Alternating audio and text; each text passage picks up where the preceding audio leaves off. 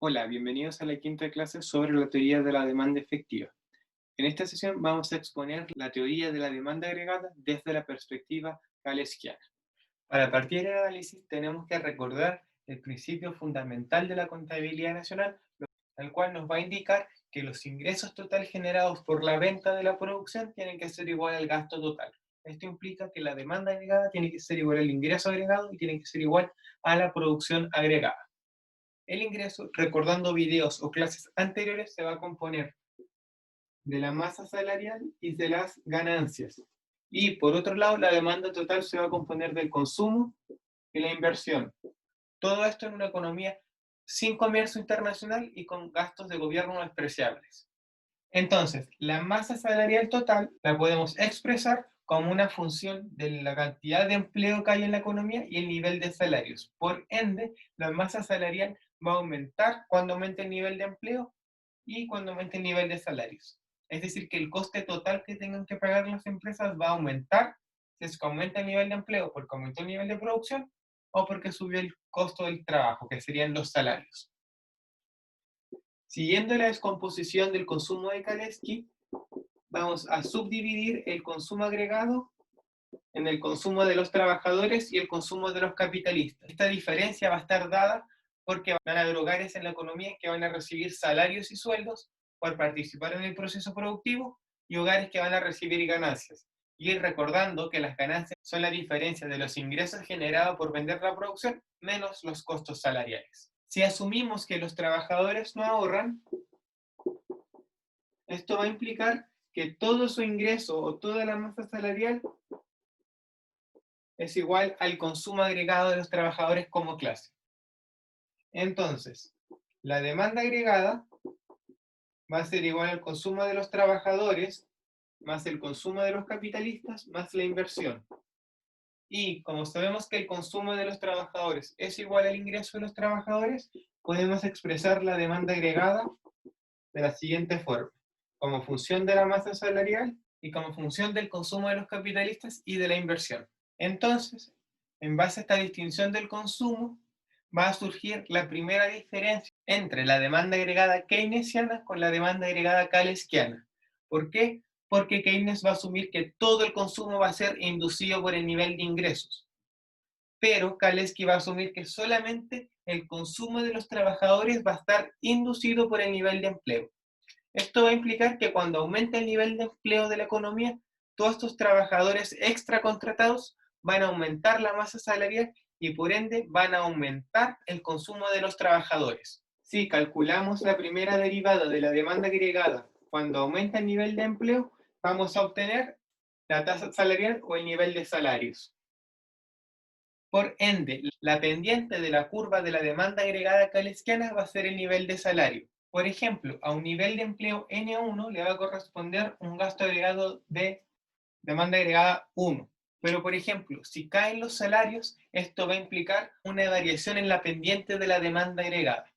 ¿Y cómo va a variar? Si caen los salarios, la demanda agregada se vuelve más acostada. Por ende, a cada nivel de empleo le va a corresponder una menor demanda agregada. ¿Y por qué le va a corresponder una menor demanda agregada? Porque al bajar el nivel de salarios, estás bajando el consumo de los trabajadores. Y por ende, estás contrayendo los ingresos que van a obtener las empresas que producen bienes para los trabajadores. Entonces, la pendiente de la curva de la demanda agregada caleskiana va a depender del nivel de salarios, pero el intercepto de la curva va a depender del consumo de los capitalistas y de la inversión. Es decir, que existiría un gasto que no va a depender del nivel de empleo, y aquí surge una similitud con la teoría con la demanda agregada keynesiana, porque existiría un gasto autónomo que induciría otros gastos en la economía. Estos otros gastos sería el consumo de los trabajadores. Y si recordamos la ecuación de beneficio de Kalecki, que podemos ver en los videos anteriores, el consumo de los capitalistas más la inversión tiene que ser igual al nivel de beneficios. Por ende, toda esta diferencia, desde 0 hasta el intercepto, va a ser igual al nivel de beneficio, que va a estar dado por el nivel de gasto. Por ende, a un nivel de empleo N1, a cualquier nivel de empleo le va a corresponder cierta demanda agregada si es que la inversión, el consumo de los capitalistas está dado y el nivel de salarios está dado. Si sube el nivel de inversión, por ejemplo, va a subir el nivel de ganancias y por ende el intercepto de la curva de la demanda agregada va a aumentar. Y esto va a generar que la demanda total para cualquier nivel de empleo sea mayor.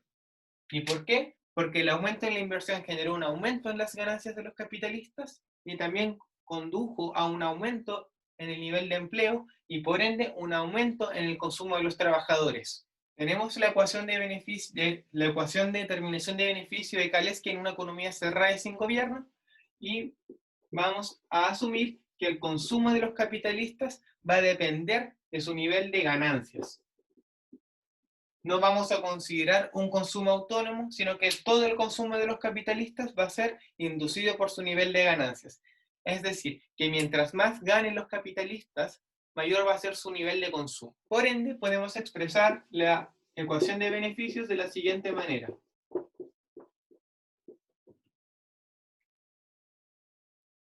Por si acaso, C chica es la propensión marginal a consumir de los capitalistas. Es decir, qué porcentaje de sus ganancias se destinan a consumo.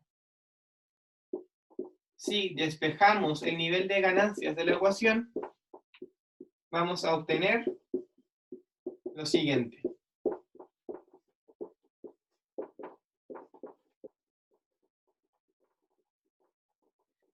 El nivel de ganancias que pueda generar la clase capitalista va a depender enteramente del nivel de inversión, dada la propensión marginal a consumir de los capitalistas. ¿Y por qué? Porque si aumenta la inversión, va a aumentar las ganancias. Pero si aumentan las ganancias, va a aumentar el consumo. Y si aumenta el consumo, vuelve a aumentar las ganancias y así sucesivamente. Es decir, que va a existir un efecto multiplicador en las ganancias. Por ende, el aumento en las ganancias para cualquier nivel de inversión va a estar determinada por la propensión marginal a consumir de los capitalistas. Mientras mayor porcentaje de su ingreso consuman los capitalistas, cualquier nivel de inversión va a generar mayores ganancias. Y mientras más ahorren, cualquier variación en la inversión va a generar menores ganancias. Esto también se puede expresar de la siguiente manera, que las ganancias de los capitalistas es igual a la inversión dividida la propensión marginal a ahorrar de los capitalistas. Si sube la propensión marginal a ahorrar, va a caer el nivel de ganancias para cualquier nivel de inversión dado. Por ende, podemos expresar la demanda agregada como función de la masa salarial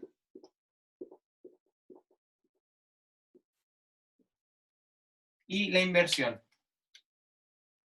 Aquí surge otra similitud con la teoría de la demanda agregada de Keynes. En ambas teorías, en la de Keynes y de Kalecki, es el gasto en inversión la variable que va a determinar el equilibrio de corto plazo de la economía. ¿Por qué? Porque va a determinar el nivel de empleo y el nivel de producción, dado el nivel de salarios y dada la propensión marginal a consumir de los capitalistas. Entonces, el intercepto dejaría de ser I más CC y pasaría a transformarse en I partido la propensión marginal a ahorrar de los capitalistas. Sabemos que el nivel de ingreso de una economía se tiene que descomponer en salarios y en ganancias o cuasi rentas. Por ende, sabemos que la suma de los salarios y la suma de las ganancias tiene que ser igual al PIB o el valor de la demanda agregada o al valor de la producción total. Por ende, si dividimos ambos lados de la ecuación por el nivel de PIB o de ingreso, vamos a obtener I partido en I es igual a W por N dividido en I más el nivel de ganancias dividido en I. Podemos entender la distribución del ingreso entre clases sociales. ¿Por qué? Ingreso I partido en I va a ser igual a 1. W por N dividido en I es la masa salarial dividido el nivel de ingreso va a ser igual a la participación de los salarios en el ingreso, o en inglés el wage share. Y por otro lado, P partido en I va a significar qué porcentaje de los ingresos representan las ganancias, y por ende va a ser la participación de las ganancias en el ingreso o el profit share. El wage share, el profit share o las participaciones de los trabajadores y de los capitalistas es una fracción que nos va a indicar qué porcentaje de los ingresos es apropiado, ya sea por los trabajadores o por los capitalistas en forma de ganancia. Entonces, el wage share va a ser simplemente la masa salarial dividido el nivel de ingreso. O visto de otra forma, va a ser la tasa salarial dividida la productividad media del trabajo. ¿Por qué? Porque I partido en N va a ser igual a la productividad media. Entonces, la participación de los salarios en el ingreso va a estar dada, entonces la participación de los salarios en el ingreso va a estar dada por la diferencia entre el salario que se le entrega a un trabajador promedio y su productividad media. Mientras más grande sea esta brecha, más pequeño va a ser el wage share y por ende más alto va a ser la participación de las ganancias. Si la brecha entre salarios y productividad media se acorta, más alto va a ser la participación de los salarios y más baja va a ser la participación de las ganancias. Por ende, el wage share va a ser simplemente 1 menos la participación de las ganancias. Si despejamos el nivel de salarios, si despejamos los salarios de la ecuación anterior y calculamos la primera derivada, obtenemos que hay una relación inversa entre el salario nominal y la participación de las ganancias en el ingreso. Es decir, que cuando sube la participación de las ganancias, los salarios nominales tienen que caer. Y cuando baja la participación de las ganancias, el nivel de salarios tiene que aumentar. Entonces, de esta expresión podemos despejar la masa salarial como el wage share por el nivel de PIB o el nivel de demanda agregada. Por ende, la masa salarial va a ser igual a la participación de los salarios en el PIB por el PIB. Entonces, podemos reemplazar el nivel de ingreso total o demanda agregada con esta expresión.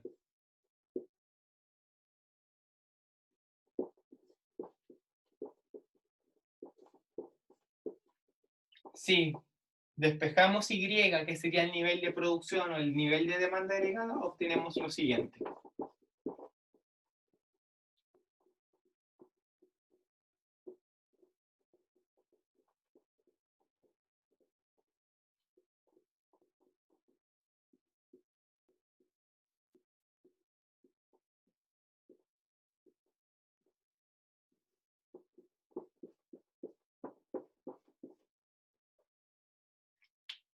Vamos a obtener que el nivel de ingreso y producción total de una economía va a estar enteramente determinado por los gastos en inversión, por el nivel de acumulación de capital que realizan las empresas.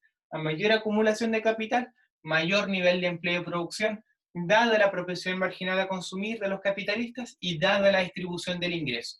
Esto va a implicar que cualquier aumento en el nivel de inversión van a generar aumentos en el nivel de consumo de los capitalistas y de los trabajadores.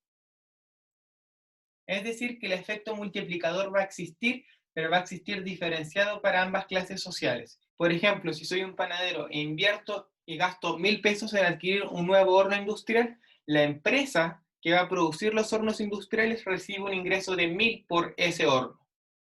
¿Y qué va a hacer con esos 1.000? Tiene que pagarle a los nuevos trabajadores que va a ocupar o a los trabajadores que usa para construir el horno y se va a apropiar de la diferencia de los 1.000 pesos y los costos salariales. Entonces, los 1.000 pesos que yo entregué a esta empresa productora se van a traducir en salarios nuevos y en ganancias nuevas. ¿Y qué van a hacer estos agentes con ese nuevo ingreso? Van a consumir. Otra forma de representar la ecuación de demanda agregada es de la siguiente forma.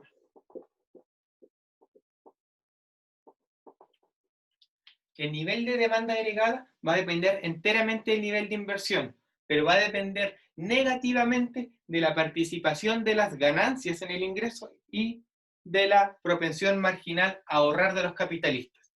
Esto va a implicar que mientras más porcentaje de sus ingresos ahorren los capitalistas, más baja va a ser la expansión de la demanda agregada, porque va a ser más bajo el consumo de los capitalistas. Y por otro lado, mientras más alta sea la participación de las ganancias en el ingreso, esto va a significar un menor consumo de los trabajadores. ¿Y por qué? ¿Por qué? Porque una mayor participación de las ganancias va a implicar una caída en el salario. Y si cae el salario, va a caer el consumo de los trabajadores y por ende se acorta el efecto multiplicador. Entonces, sería el nivel de inversión, dada la distribución del ingreso y dada la propensión marginal a consumir, lo que va a determinar los cambios en el nivel de empleo y producción. Es importante destacar que la variable que va a determinar la distribución del ingreso en la teoría Kautsky es el grado de monopolio. Y del video pasado sabemos que el grado de monopolio es el sobreprecio que pueden poner las empresas a sus productos. Es decir, qué tanta va a ser la diferencia entre el precio y el costo marginal de producción. Mientras más alta sea la diferencia entre el precio y el coste, mayor es el grado de monopolio o mayor es la capacidad de la empresa para fijar precios. Por ende, la participación de las ganancias va a ser función de lo que denominamos la clase pasada, lo que denominamos el video pasado del grado de monopolio. Esto va a implicar que un mayor grado de monopolio, es decir, que las empresas tengan mayor capacidad para subir los precios de sus mercancías, esto va a implicar una mayor participación de las ganancias. Y si aumenta la participación de las ganancias, dado un nivel de inversión, va a caer el nivel de demanda agregada. Entonces, Kautsky hace una relación entre estos términos de organización industrial en el comportamiento de las firmas con el comportamiento macroeconómico. Y el grado de monopolio que va a determinar la participación de las ganancias va a depender principalmente de 4 variables. La primera va a ser el grado de concentración de las industrias. A medida que las industrias se vayan concentrando y se vayan creando oligopolios o mercados cada vez menos competitivos, el grado de monopolio de las empresas va a aumentar. Es decir, que las empresas van a tener una mayor capacidad de fijar un precio por sobre su costo marginal. El segundo factor va a ser el nivel de intensidad de competencia en precios. Recordemos que en competencia perfecta, un supuesto fundamental es que todos los productos del mercado son homogéneos. Y si son perfectamente homogéneos, va a existir perfecta sustitución entre bienes. ¿Y qué es lo que nos va a decir Kautsky? En la medida que las empresas gasten más en publicidad y el producto se diferencie más en el mercado, va a existir mayor poder de mercado o mayor grado de monopolio, porque al ser un producto ultra diferenciado va a perder grados de sustitución con los otros bienes. Un tercer factor que aumentaría el grado de monopolio sería la existencia de carteles o de colusión. Es decir, si las empresas se organizan entre ellas para fijar un precio más alto, esto va a aumentar el poder de mercado, en el sentido de que las empresas van a poder fijar un precio mayor al costo marginal, lo cual aumentaría la participación de las ganancias. Y el último factor que afectaría el nivel de distribución del ingreso sería el rol de los sindicatos. La existencia de los sindicatos va a ser un factor que va a disminuir o va a frenar el aumento en la participación de las ganancias. ¿Y por qué? Porque los sindicatos, al demandar mayores salarios reales, van a ponerle un freno a la subida de precios. ¿Por qué? Porque si la exigencia de salarios, la exigencia de salarios más altos conduce a las empresas a poner precios más altos, esto significa una pérdida de posición estratégica en el mercado de las empresas, dada la estructura de la organización industrial. Por ende, no sería conveniente para las empresas poner precios más altos. El aumento en el nivel de salarios tendría que ser compensado por una disminución en el margen de beneficios. Por ende, el precio se acercaría al costo marginal. Esto disminuiría la participación de las ganancias.